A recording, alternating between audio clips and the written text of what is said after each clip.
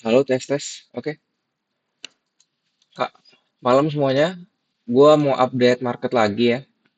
Tadi nggak ke-record, gua udah ngomong sekitar 30 menitan ya, monyet. Jadi gua sekarang mau update market dulu. Gimana keadaan market 24 jam terakhir, lalu apa aja sih yang poin-poin penting yang bisa diambil gitu kan. Singkat aja karena gua tadi udah ngomong banyak panjang lebar nggak ke-record, jadi yang pertama gue lihat USDT dominance dulu ya. USDT dominance itu apa? Dominasi USDT, mata uang USDT terhadap ini Bitcoin atau kripto lainnya gitu. Kalau kita lihat di sini, di time frame daily-nya, dia ada dua structure atau pattern yang mengindikasikan kalau ini tuh akan naik. Yang pertama apa? Yang pertama tuh ada bullish flag. Bullish flag di sini. Yang kedua, double bottom. Double bottom di area demand-nya di area sini. Nah, yang menandakan apa? Ya ini market udah menurut gue udah 80% bakal crash gitu. Bakal turun gitu. Kalau misalnya USD duitnya pada di USDT gitu. Artinya orang-orang nggak berani invest kan gitu ke risk aset kayak Bitcoin atau segalanya. Karena apa? Mungkin nggak tahu karena mungkin ada kepentingan yang lain, gue nggak tahu. Jadi kita bisa baca behavior market tuh dari teknikal gitu. Jadi menurut gua apalagi ditabraknya dengan gini ya, menurut gue ya bisa area ke sini atau either dia langsung break gitu. Either jadi bisa retest dulu atau dia langsung break gitu. Break mana? Area mana? Area 6.400 sampai 6.500 ini. Kalau dia nggak bisa nahan, udah targetnya kemana gitu? Ke 7.000 ke area ini. 7.074%. Nah, ini bahaya nih buat altcoin ini yang masih hold ya. Inilah next langsung ke 4 jam ya. Nah, di 4 jamnya kalau kita lihat di sini, menurut teori ini udah pola bullish. Udah trennya lagi bullish. Kalau tren lagi bullish kita ngapain? Ya, kita following the trend. Tapi karena ini USDT dominance, ketika yang dimana kalau dia naik, semua altcoin atau crypto ini bakal turun, bakal crash. Kita lihat sampai mana sih dia naiknya gitu. Kalau misalnya kalau misalnya dilihat dari chart ya, chart ini, gua sih expecting di 6.300 sampai 6.400 untuk 4 jamnya gitu. Atau dia bisa 6.560 sampai 6.602. Ini area yang wajib dipantau. Tapi again, back lagi, kita lihat candle daily-nya, closing-nya ini engulfing parah. Volume increase. Yang artinya apa? Selling pressure nggak ada, buying pressure-nya mendominasi. Jadi menurut gua akan lebih baik nunggu structure di H4 ini sampai dia berubah arah tren transisi, tren reversal, baru kita bisa focusing on altcoin lagi atau Bitcoin lagi gitu untuk mulai beli gitu. Kalau untuk sekarang nggak menarik menurut gua gitu karena kita lihat dari USDT dominance-nya aja ini udah ada potensi dia bakal ke area demand-demand yang ini. Next langsung Bitcoin. Tadi udah kita bahas USDT dominance, kita lihat di um, Bitcoin dominance-nya. Gitu. Nah, kalau di Bitcoin dominance-nya, ini tuh dia tuh ini ya, udah dari tanggal 12 November sampai sekarang dia tuh di sini-sini aja. Jadi belum ada tren yang jelas. Contoh ini tren bullish, dia trapping, ini pasti 78,6 nih berhentinya. Percaya nggak? Kita lihat tes. 78,6. Bam. Sih, itu. 8,6 dia. Ini namanya dinamakan apa? Bear trap gitu. Jadi seakan-akan dia turun itu udah terjadi ABC di correction, ternyata pas sampai 78,6 dia mantul gitu. Itu namanya bear trap gitu ya. Jadi kalau kita lihat di sini ada di area krusial sekarang, di area trend lainnya di sini reject reject. Nah, di sini karena gue lihat USDT dominance-nya ini lagi kencang-kencangnya, menurut gue expect ini bakal dijebol. Kalau ini dijebol, ya udah, ini bakal ke lemah 9,5, 60, 19, atau ke area sininya, ke area, sorry, 67,3 gitu. Jadi untuk sekarang, tunggu closing daily besok gimana, karena lagi di area krusial juga, jadi kalau di time frame daily-nya untuk Bitcoin dominance-nya kita lihat aja. Next, langsung ke, oke, di chart 4 jamnya. Nah, chart 4 jamnya, kalau kita lihat, dari tanggal 12 Januari ini udah confirm bullish lalu again. Ini akan terus ke atas. Plan ini gagal ketika apa? Ketika Bitcoin dominance ini break area ini, validation area ini di sini. Kan lagi kencang banget tuh. Ini US Open nih. Ini US session maksudnya, sorry. Break langsung turun ke bawah, atau dia bisa aja gini atau ke atas lagi. Intinya 59-61% ini jangan sampai dijebol lah gitu. Next lagi ke total tree. Nah, total tree lihat nih. Ini selling pressure-nya gila sih gitu. Kita lihat di 4 jamnya. Di daily-nya gitu. Kita lihat di sini ada pola namanya double top. Double top ini mengindikasikan apa? Market reversal gitu. Di sini ada double top, dia breaking langsung ke bawah. Lalu yang gue nggak seneng adalah kita lihat trendline area ini itu udah dijebol dan dia sekarang lagi retest gitu. Ini kalau misalnya di time frame kecil dia gini gini dan akan ke bawah. Ke bawahnya sampai mana? 813,46 billion sampai 801 billion itu possible gitu. Atau either kalau misalnya dia nanti pagi misalnya di ke atas, itu menurutku belum ada sign untuk kita beli altcoin gitu. Karena dia bisa aja retest neckline-nya terus turun ke bawah gitu. Kalau kalian nggak ada gambaran mungkin ini pattern double top.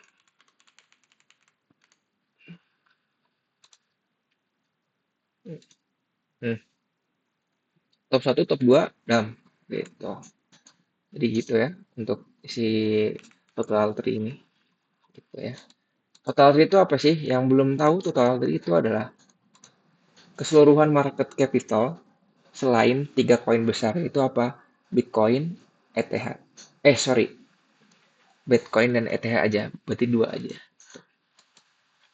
Next lanjut ke, nah ini kita lihat di H4-nya total tree ini bearish, sangat bearish ya. Kita lihat codingnya di sini ada low, ada high, low, lower high, lower low, lower high, lower low, dan di sini ada demand area atau bisa kita bilang key level juga, di mana setiap harga nyentuh area ini dia reject. Ini 1, 2, 3, 4, 5, 6, 7, 8, 9, 10. Nah, jadi ini area penting, area di mana orang-orang bertransaksi. Makanya kenapa di situ areanya mantul-mantul mulu. Nah, di sini kita bener kata gue kan. Gue udah buat area tanda ini turun ke bawah. Targetnya kemana? 82549, 18, 83, 895 itu possible ya. Kenapa di area ini? Karena di sini ada support-supportnya gitu. Jadi untuk sekarang gimana buat total trade dan keadaan kripto sekarang ya kita wait and see lah. Kalau mau short boleh karena gue lihat indeks-indeksnya juga ini lagi kencang-kencang. Dilihat dari volumenya nih, buying pressure-nya nggak ada sama sekali gitu. Kalau misalnya ini kan ya, yang masih di atas atas nih, buying pressure masih ngelawan. Terus dibalas lagi volumenya kencang-kencang ini udah benar-benar udah kalah telak gitu. Orang udah nggak mau lagi beli kripto di sini gitu. Next lanjut ke, nah Bitcoin ini gue suka Bitcoin kenapa? Nih gue tuh lagi ada entry Bitcoin. Nah tuh lagi entry Bitcoin di ada ini udah mau TP2 ya gitu. Jadi 87.200 itu TP2 gue langsung, TP maksimal gue di area 84. Tapi sebelum sampai situ mungkin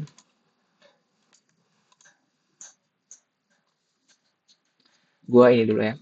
Gue breakdown secara daily dulu gitu. Secara weekly lah. Nah, Kalau dilihat dari weekly-nya, ini bahaya banget. Kenapa gue bisa short? Ntar gue jelasin kenapanya. Tapi yang kita harus pentingin dulu, di weekly-nya tuh, kalau misalnya kalian tahu teknikal, ini rising wedge pattern. Rising wedge pattern itu pattern continuation dari bearish gitu. Jadi ini kayak gini ya. Rising wedge pattern.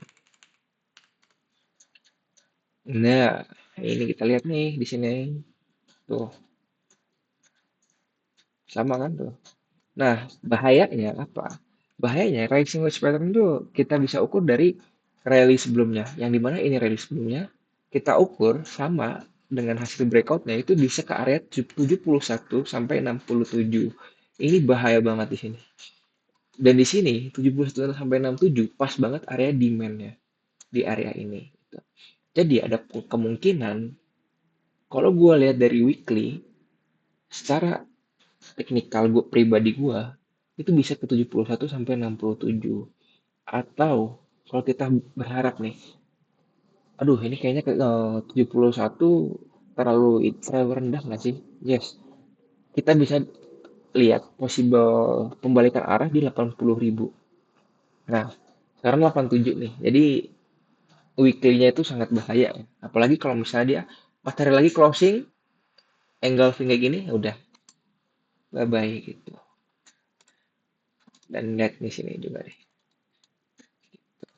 Next ke daily-nya. Nah, kalau kita lihat daily-nya sama kayak total tadi kan. Dia break area trend line bullish, ngejaga trend line itu adalah gunanya untuk menjaga tren. Nah, ketika sudah dijebol, ya ada kemungkinan dia reversal. Dan kalau kita lihat di sini juga kan, di sini ada if, ada double top if and adam. Kalau misalnya kalian belajar teknikal, lalu dia retest area supply-nya plus area trendline-nya dan ada kemungkinan ke 85 395 sampai 84 314 gitu. Ini possible ya. Maksudnya possible untuk daily-nya ya. Tadi kan kalau misalnya kita lihat weekly secara jangka panjang itu sampai 71 bisa, tapi 85 sampai 84 tuh nggak bisa. Sorry, 85 sampai 84 tuh untuk di daily-nya, target daily time frame. Next, langsung gua ke 4 jam. Karena kita tadi udah tahu tuh, oh trennya ini semuanya ngatain bearish. Ya udah kita harus ngelihat chart tuh kayak bukan opini, tapi berdasarkan apa yang kita lihat gitu. Jadi gue tadi short di sini karena apa? Ini area flip over.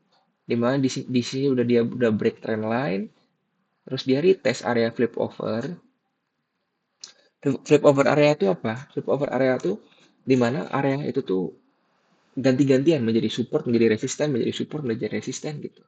Secara berkala gitu. Contoh ini kayak 1, 2, 3, 4, 5, 6, 7, 8 sub. Ini semua ini support jadi resist flip jadi support lagi. Ada kemungkinan di sini flip jadi resist gitu. Nah ini udah mau TP2 gue respect trading plan, gue nggak ubah-ubah gitu. Target gue di 84 gitu untuk di time frame 4 jamnya. Jadi gitu ya. Mungkin gitu aja sih kalau misalnya untuk yang lain Shiba gue lagi short juga. Terus Pump Fund gue lagi short. Ini tadi Sol harusnya bisa gue short nih. Yang tadi gue nggak lihat nih. Jadi gitu ya untuk ininya. Pembahasan untuk marketnya. Mungkin gue mau bahas tentang ini ya. Tadi gue tuh nonton ya. Gue tuh nonton. Bentar gue minum dulu.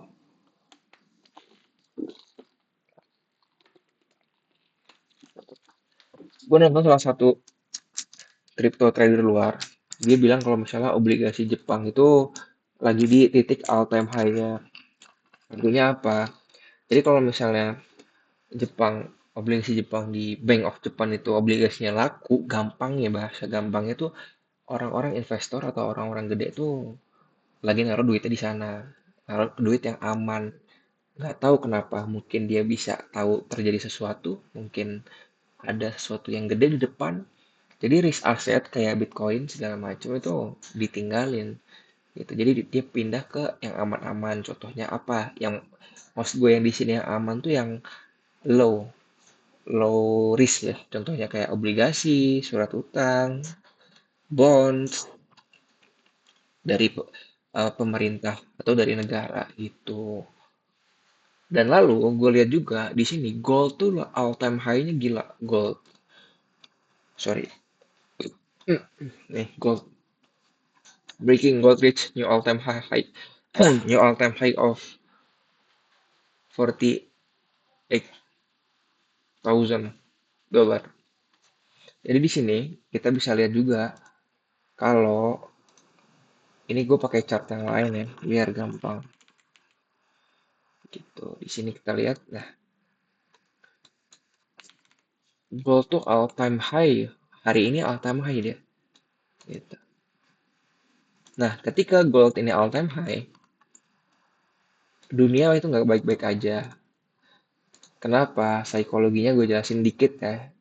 Menurut pengetahuan gue, orang-orang nggak mau ke invest ke yang lain-lain gitu selain gold. Kenapa? Karena gold ini dari zaman dulu itu kan kayak kita kalau misalnya rupiah atau uang kita itu melemah, kan kita nyari sesuatu yang nggak kena inflasi. Satu-satunya apa? Yaitu gold. Gitu. Jadi orang-orang tahu nih, orang-orang gede tahu kalau misalnya mata uang di dunia ini akan melemah. Kenapa akan melemahnya? Bisa jadi geopolitik, bisa jadi perang, atau ada resesi, whatever. Ya intinya yang buruk-buruk lah terjadi. Makanya orang pada beli emas dan emas ini all time high. Karena supply-nya dikit, permintaannya banyak. Baik lagi balik ke hukum ekonomi simple lah. Jadi gua bahasa gampangnya gitulah untuk itu. Jadi selagi gold ini all time high ya dunia kita nggak baik-baik aja lah gitu. Kenapa kan pasti kalian banyak denger ya kayak influencer-influencer TikTok lain atau influencer-influencer crypto atau investor crypto pada ngomong kalau gold ini naik pasti ada kan ada sesuatu, ada perang ya itulah. Bahasa gampangnya tadi udah gue jelasin gitu. Mungkin segitu aja ya untuk kali ini gitu. Gue lagi nikmatin profit gue dulu lah gitu. Ini hari ini profit lumayan. Jadi gue update besok mungkin ya kalau misalnya ada apa-apa. Thank you semuanya.